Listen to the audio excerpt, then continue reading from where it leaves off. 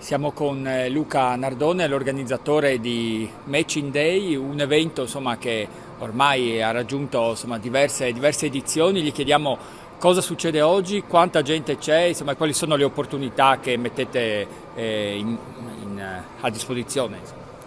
Sì, Matching Day ormai è un evento che Comparisinato organizza da più di 12 anni e in questi ultimi 2 anni abbiamo abbinato questo format dedicato non solo non all'incontro tra le imprese, ma proprio all'incontro tra chi cerca lavoro e chi lo offre. Una delle esigenze che le imprese stanno vivendo fortissimamente è proprio quella di trovare personale qualificato per loro.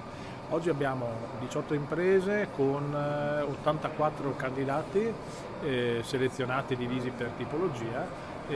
Sono soprattutto figure di tipo tecnico o amministrativo avanzato, insomma, cerchiamo quindi venditori, buyer o commerciali esteri che possano poi integrare la struttura dell'impresa.